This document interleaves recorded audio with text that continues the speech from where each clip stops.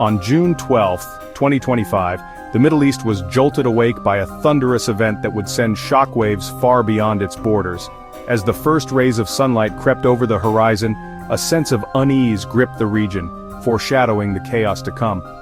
In the early hours, Israel launched a massive, meticulously coordinated air assault deep into Iranian territory. The operation, months in the making, was executed with precision and overwhelming force, catching much of the world off guard. Over 200 Israeli jets and drones struck more than 100 strategic sites across Iran, unleashing a barrage of firepower that crippled Iran's military and nuclear infrastructure. Explosions lit up the night sky as key facilities were reduced to rubble. The Natanz enrichment facility, long suspected of being at the heart of Iran's nuclear ambitions, was left in ruins. Missile factories and the headquarters of the Islamic Revolutionary Guard Corps were devastated, sending a clear message of Israel's capabilities. At least 20 senior Iranian commanders, including some of the nation's top military leaders, were killed in the strikes. The sudden loss of so many high-ranking officials plunged Iran's leadership into chaos, leaving a power vacuum at the very top. Iran's immediate response was largely symbolic. Over 100 drones were launched at Israel in a show of defiance. Most were intercepted, thanks in part to Jordanian assistance, but the message was clear: Iran would not back down easily. Supreme Leader Khamenei and President Pezeshkian appeared before the nation, vowing swift and severe retaliation. Yet, behind closed doors, Iran's government scrambled to fill its leadership void and assess the full extent of the damage. Around the world, newsrooms buzzed with urgent updates. Crowds gathered in public squares, glued to television screens, as anxious faces reflected the fear that this conflict could spiral out of control and engulf the entire region.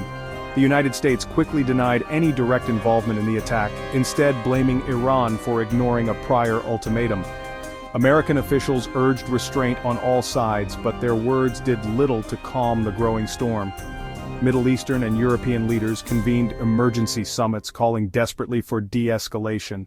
But the fragile stability of the region had been shattered overnight, and the specter of a wider war loomed large.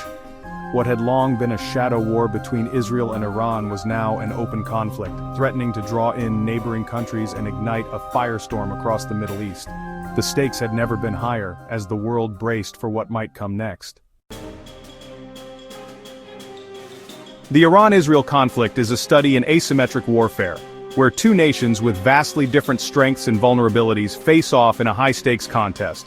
This is not a conventional war of equals, but a complex chess match shaped by geography, technology, and ideology. Israel wields advanced American technology, a formidable air force, and multi-layered missile defenses like Iron Dome and Arrow. Its military is among the most technologically sophisticated in the world, integrating real-time intelligence, cyber capabilities, and precision-guided munitions.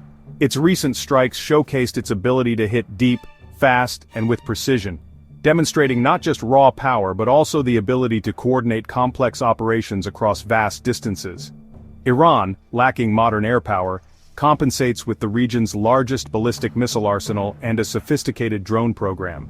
These assets allow Iran to project force far beyond its borders, challenging Israel's technological edge.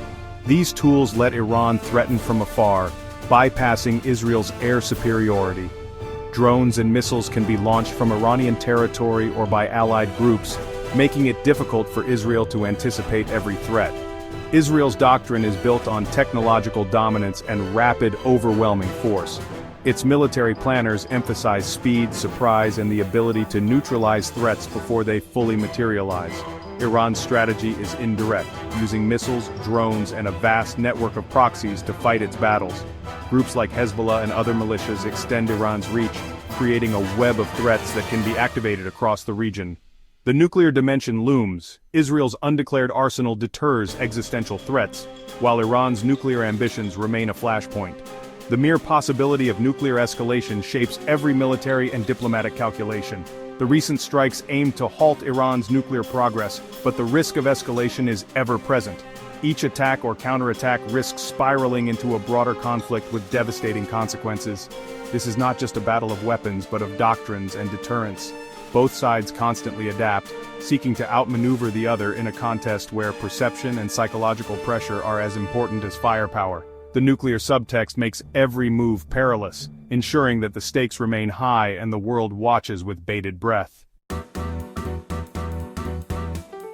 A direct Iran-Israel war would quickly spill beyond their borders. Iran's axis of resistance, proxies in Lebanon, Syria, Iraq and Yemen, could open multiple fronts, turning a bilateral fight into a regional inferno. Hezbollah, with its vast missile arsenal, remains the most potent threat, capable of overwhelming Israeli defenses. Iranian-backed militias in Syria and Iraq could target U.S. forces, while Yemen's Houthis might strike shipping in southern Israel.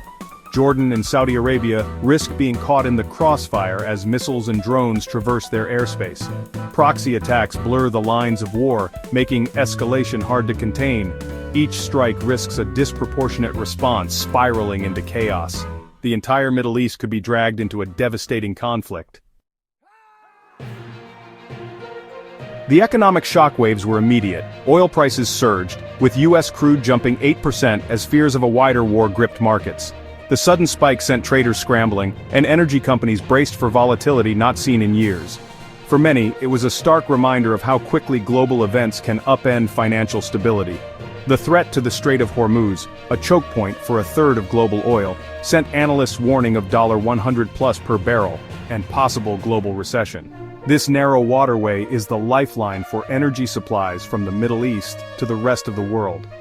Any disruption here doesn't just affect oil, it ripples through every sector, from manufacturing to transportation. Stock markets tumbled worldwide, investors fleeing to safe havens, gold prices soared, and government bonds became the asset of choice as uncertainty reigned. The fear was palpable, with markets bracing for more shocks. Airlines rerouted flights, Ben Gurion Airport shut down, and shipping companies began avoiding the Gulf.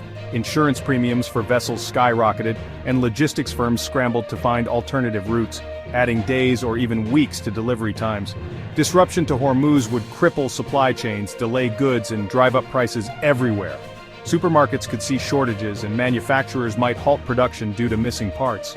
The world's interconnected economy suddenly felt very fragile. Middle Eastern economies reliant on tourism and trade, like Egypt and Jordan, faced catastrophe. With fewer visitors and trade grinding to a halt, jobs and livelihoods are at risk, threatening social stability in the region. Rising energy costs would fuel global inflation, forcing central banks to keep rates high and slowing growth. Everyday essentials, from food to fuel, would become more expensive, squeezing families and businesses alike. The conflict's economic impact extends far beyond the battlefield.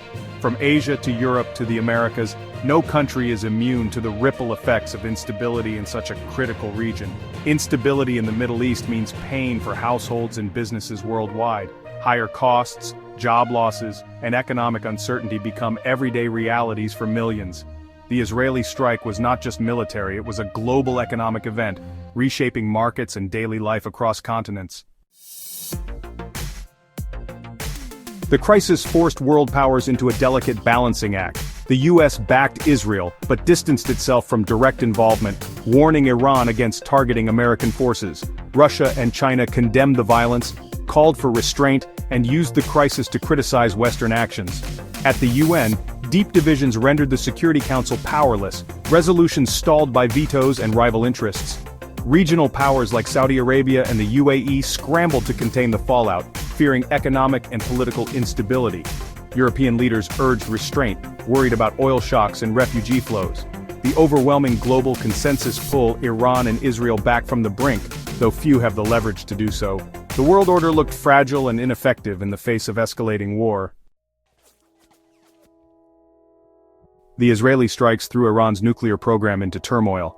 The Natanz facility was crippled, delaying Iran's progress by months, but at a steep cost. Experts warn the attack may push Iran to accelerate its nuclear ambitions, expel inspectors, and withdraw from treaties. The diplomatic fallout was swift. US-Iran nuclear talks collapsed, and Iran was declared in breach of non-proliferation obligations.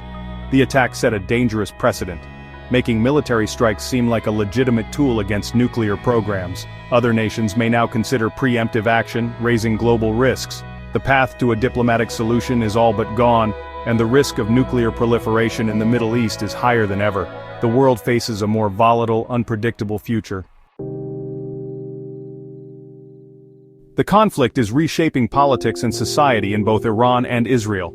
In Iran, the strikes sparked a surge of nationalism, but economic pain and leadership losses could soon fuel unrest and erode the regime's legitimacy. The IRGC's influence will grow, but public anger may return if hardship deepens. In Israel, initial unity may give way to political division as the costs of war mount, reserve call-ups, economic strain, and constant threat. Netanyahu's government faces scrutiny over its strategy and the risks of a multi-front war. Both societies could fracture under prolonged conflict, with instability at home mirroring chaos abroad. The war's true cost may be paid on the streets of Tehran and Tel Aviv. The Iran-Israel clash has shattered diplomatic channels. Nuclear talks in Oman were cancelled, leaving both sides with only military options. Trust between Iran and the West is gone, pushing Tehran closer to Russia and China. The UN Security Council is paralyzed by rivalries, unable to act. International law appears optional for powerful states, eroding the post-war order. The abandonment of diplomacy creates a vacuum filled by violence. Without urgent efforts to restore dialogue, the region is locked on a path to wider war. The cost of walking away from negotiation is now clear and catastrophic. The Middle East stands on the brink of a regional war with global consequences. A conflict would unleash humanitarian disaster, economic chaos, and nuclear peril. Oil disruptions would trigger a worldwide recession, and no nation would be spared the fallout. Military escalation is a dead end. Violence only breeds more violence and instability. De-escalation is not a preference, but a necessity for global security. The international community must urgently push for restraint and renewed dialogue. Only diplomacy can prevent catastrophe. The alternative is a war no one can win. The time to choose peace is running out.